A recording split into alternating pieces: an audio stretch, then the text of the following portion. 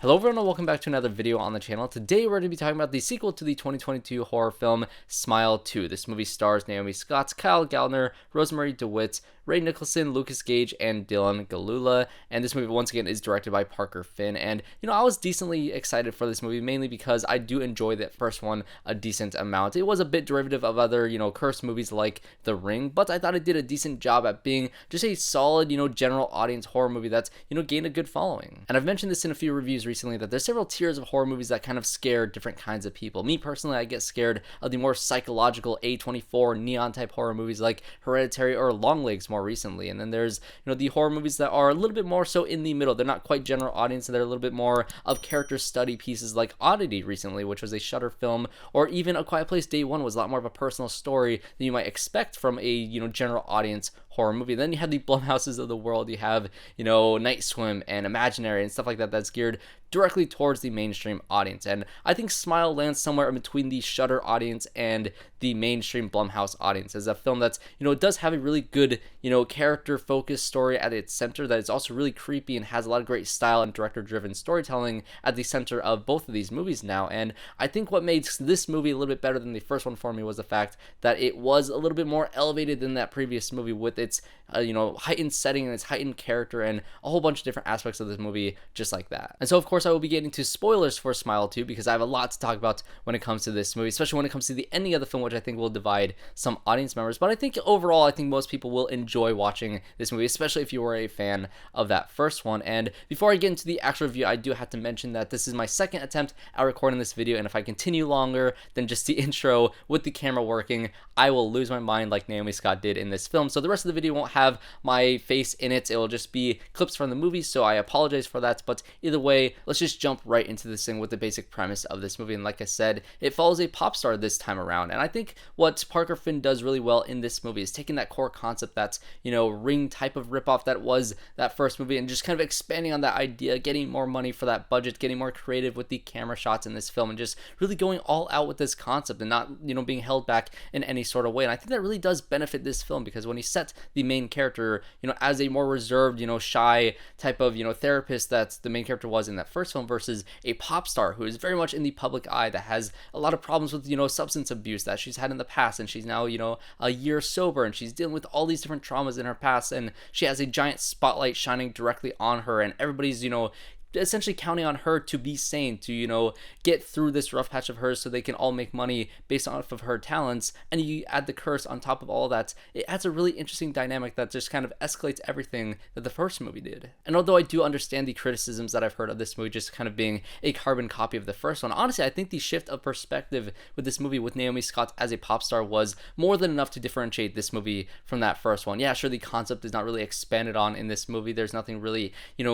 added to the lore of how this smile curse works versus that first film. It's just yet another film that takes place again immediately after the events of that first film. But I think what Parker Finn does here is he shows that he is a very talented director, and it's not a cash grab type of movie, because I feel like there could have easily been a much cheaper, much more sloppy, and much less investing movie that he could have made for a sequel than the film that we got here in theaters. And I think that everybody can unanimously agree that Naomi Scott as Skye Riley in this film is just incredible. Like I said, Parker Finn cranked everything up to 11 in this film, including our lead performance from Naomi Scott. She is just wonderful in this film. And again, I really like the spotlight that they have on this character with her trauma and her past, with her having an argument with her boyfriend, being all drugged out in that car, and the reveal later on that she was the one who pulled the steering wheel to drive herself and her boyfriend off that cliff gives her a lot of guilt in this story. And she's a character that's has seemingly made a lot of progress to the public eye, but clearly deep down she's a very disturbed person. The entire inciting incident with her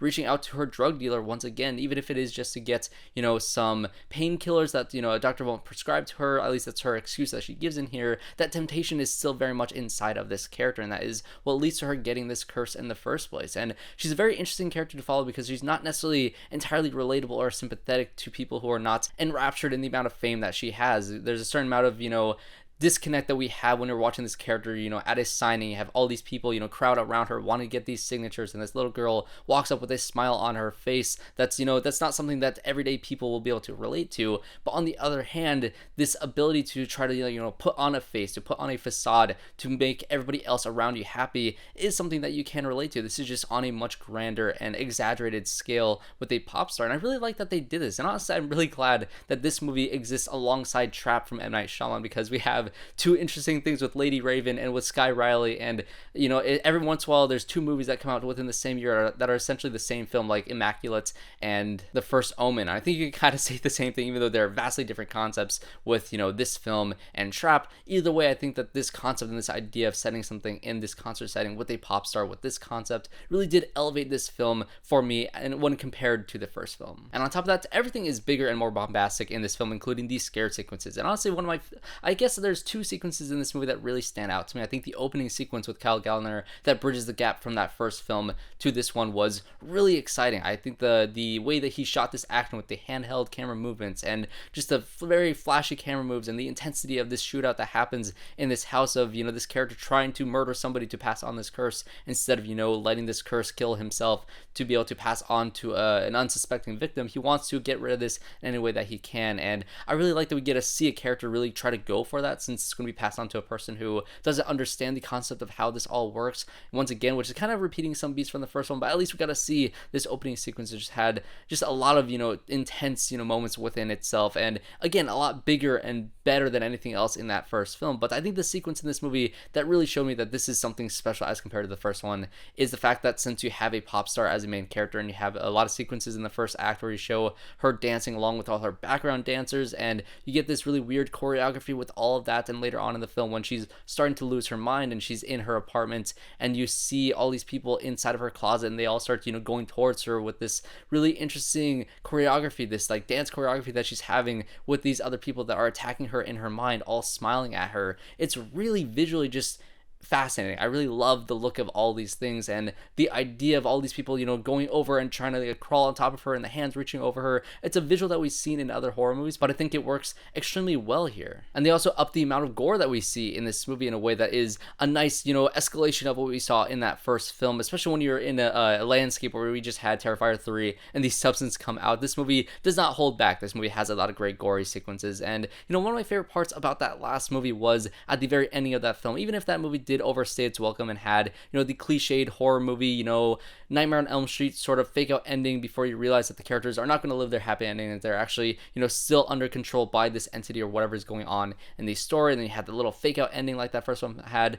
Despite what you may think of that, the actual creature that we get to see at the end of the first Smile movie with the cascading rows of teeth and this weird creature design was awesome. I want to see more of that in this film. And although we don't get to see that creature any more than we did in that first film, that creature pops up once again at the ending of this film, but you still get a lot of really great gory sequences in this movie that kind of up that first movie, like the Lewis death scene at the beginning of this movie, and a few others that kind of up that ante in this movie that's was really entertaining. And honestly, I think I was enjoying this movie much more than the first film for the first two acts of this movie because of that escalation. Yes, that first film did feel derivative of something like The Ring, but this movie felt much more like it fell into its own because of its concept. Was a little bit more escalated than other movies in the past here. But I did have a lot of my issues with this movie in that third act, because I think the movie tried to have its cake and eat it too with its ending, which to just kind of give a rundown of exactly what happens here at the ending of the film is I really like the moments where after Skye Riley gets passed out from the entire backup dancer scene in her apartment, and the entity starts to crawl inside of her mouth, which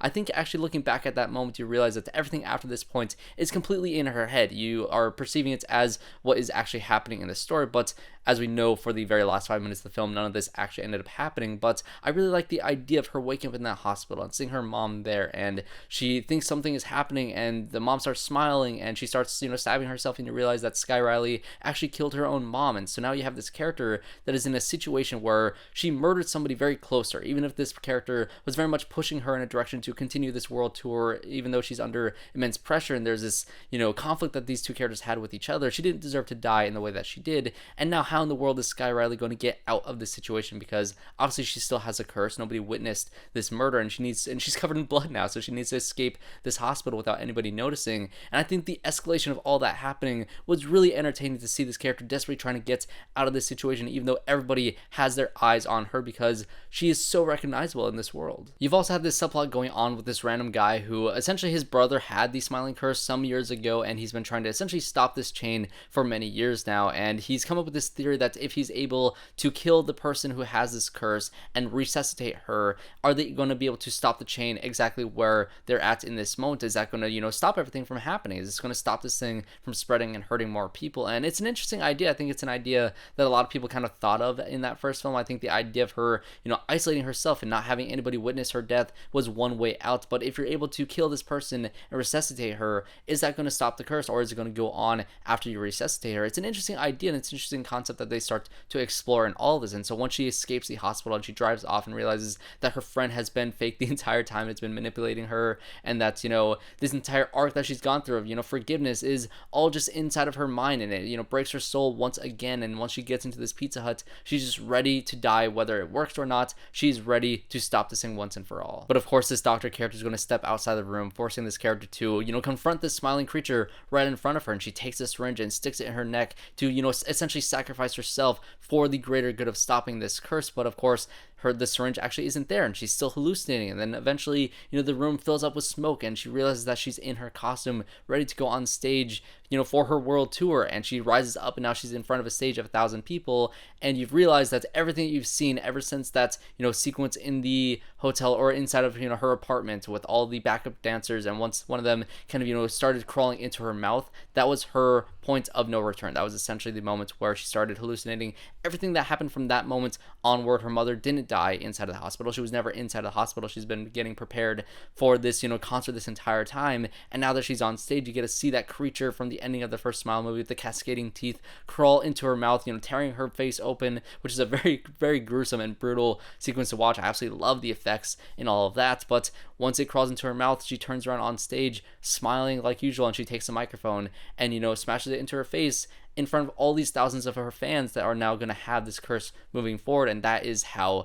the movie ends. I do like the idea of her going up on stage and spreading this curse to thousands of people. I think that is an idea that they had from the very beginning of, making the concept of this movie being about a pop star. I think that is a very obvious direction for this movie to go in, which I think a lot of people are probably hoping this movie will go in, just based on the concept itself. But you also want to, play with the idea of how do you stop this curse? And I don't think you can really do both and let it work, because once you get to that point of no return and she's going over and she's killing her mom in the hospital room, there's no way at that point can she get back on stage to be able to pass a curse naturally. And so the only excuse to get out of that is to say that none of it ever actually happened, and that this was all in her head, and you just kind of wasted the past 20 minutes of the film. And so I'm very divided on the ending of this film, because again, I like the idea of trying to stop the curse. I love all that stuff. I think it's a very interesting storyline, and I think it was a great, arc for, Naomi Scott's character to go down to really intensely face off against this, entity to try to stop it once and for all. I really loved her performance and all that. But also,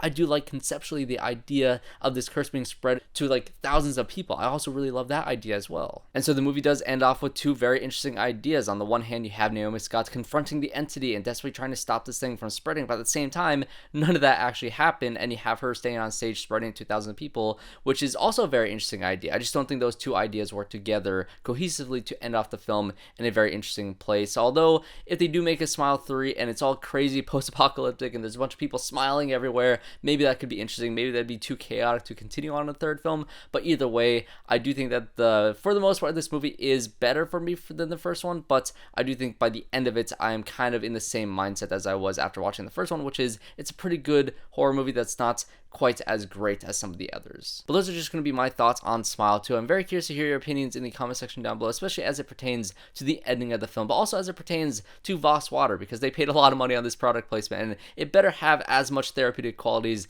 as they pitch it out to be in this movie. But either way, those are just going to be my thoughts on this film. And I also want to give props to all the YouTubers who edit together all the footage from the trailers in their videos, because that was a lot of work and that was quite exhausting, and I'm sick of using the same footage over and over again. So I came back in person just to do the outro here. So thank you guys for sticking to the end of this video. If you enjoyed this review, make sure you guys please leave a like and subscribe to the channel to see more reviews just like this one. I have reviews up for Terrifier, for Oddity, for I Saw TV Glow, Long Legs, so many different movies here on the channel, along with, Anora, which I'll try to review later on this week. So thanks everybody for watching this video, and I hope to see you all in my next one.